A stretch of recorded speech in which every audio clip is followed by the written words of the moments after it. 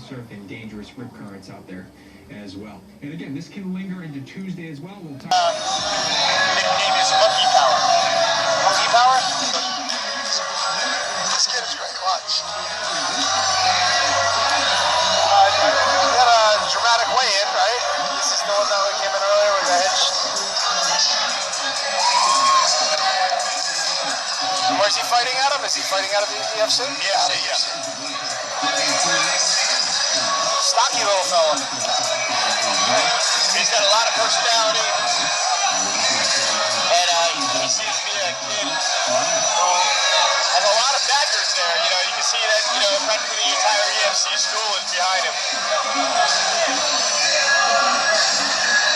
You know, whenever I see guys like Mustafa back there, you know, Mustafa's a tough kid too, you know. He fights out of Lionheart. He's supposed to fight tonight, but, you know, his opponent was injured. He's a 154-pound weight class? Yeah. You know, as much muscle as he has packed on for 155, I mean, he's still an important stature for the division. Yeah, he could go 145. I wonder how much weight he cuts to make 55 and if he could go down another weight class. Yet another fight that's going to have a significant height advantage.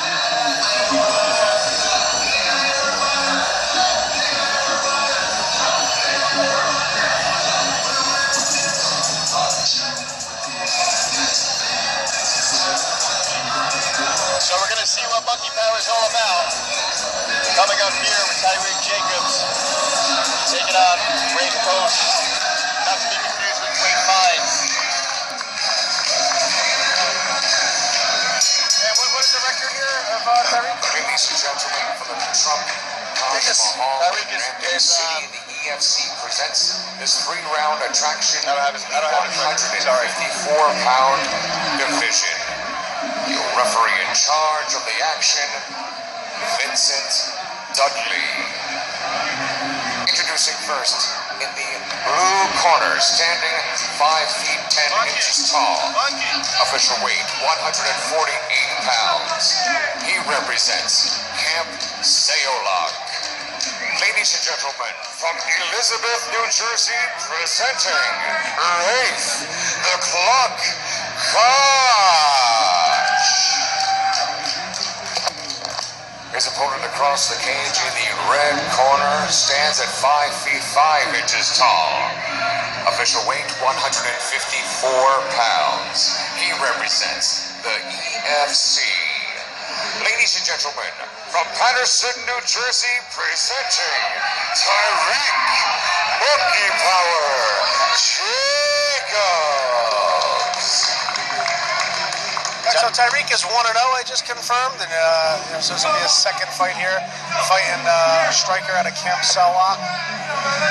This is the 6th fight of the evening. You're watching EFC MMA at Taj Mahal, Atlantic City. Mike Straka, Mike Constantino, and Dante Rivera.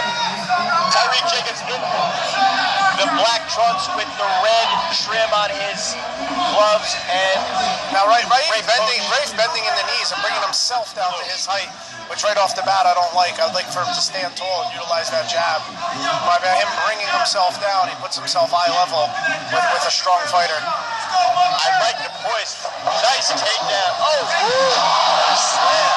Very nice takedown. But he's got to watch himself. You know, he's getting a little overzealous. He's going to get caught in an armbar, triangle, right? Triangle. This kid is extremely strong. He's extremely explosive as well, but he's dangerous, and I think he's self-destructive the way he just throws himself in these dangerous situations. Clearly, Rafe has a good ground game. Yeah, you can tell Rafe has a good guard, a very active guard. Yep. He's composed, he's got his eyes on the prize, he knows exactly what he's doing down here. I'd like to see Tyreek step away and welcome him to stand up. I agree with that. You can tell that Rafe has a very active guard, and he's got to feel that you don't want to be in that spider's web. He got out of it once, and might not get out the second time. Yeah, you hear people in the crowd saying stand up and back away. I think that would be the wise thing to do. It seems that even though he's powerful, it seems that Rafe has the skill advantage off his back with a good guard.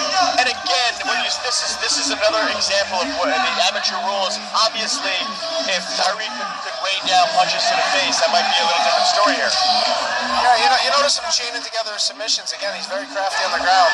I would like to see Tyreek stand and just get out of that. Why deal with that right now? Their legs are open. There's nothing preventing him from standing and backing out. I agree with Mike. I think he should stand up, even though he's controlling the ground right now pretty good. He's still in a little bit of danger, and this guy looks pretty tricky on the ground.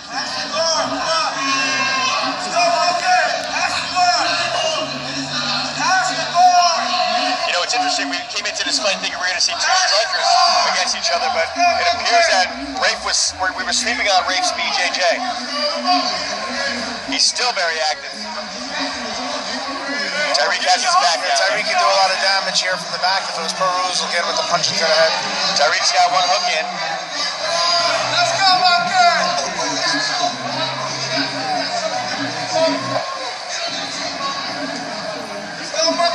Rafe again, very composed in a bad spot. He's in the turtle position, but he doesn't look to be panicking at all. Nice knee there to the body by Tyreek. Monkey power. Rafe very composed on the bottom, as you mentioned. 10 seconds left. Another nice knee. And we find ourselves back in one of those conundrums again, Mike, on how do you score it? The guy who's active off his back or the guy that's active with the ground and pound from the top? In this case, I say Tyreek. I say won that Tyreek. round. Because Definitely won that round. in the last fight, you know, we were saying that Nick Manella was on top, and he was defending a lot of submission attempts. These submission attempts, I think that Rafe threw, they weren't as clean and they weren't as clear to me, Mike. Well, he did have him in a deep triangle at one point, and you saw Tyreek powerbomb out. But again, as a judge, how are you scoring it? Are you scoring the attacks from the bottom, or you're scoring the top control from the top? Now, let's talk about that power out for a second, because, you know, how many times we've seen professionals try to power themselves out, and it only makes the triangle tighter. And I think that perhaps Tyreek let go. Well, you know, how about that slam? He slammed to get him out of the triangle, but then on the recoil of the slam, it put him back in a secondary triangle. So yeah, it's very tricky. Obviously, that's not the way out. Round two here in this 154-pound Well, weight class. I always like the second round to see how people respond. You know, you had a very tough first round yet again. Could have went either way, and here we are in round two. So let's see. He takes control. Well, this time it doesn't look like Rafe is.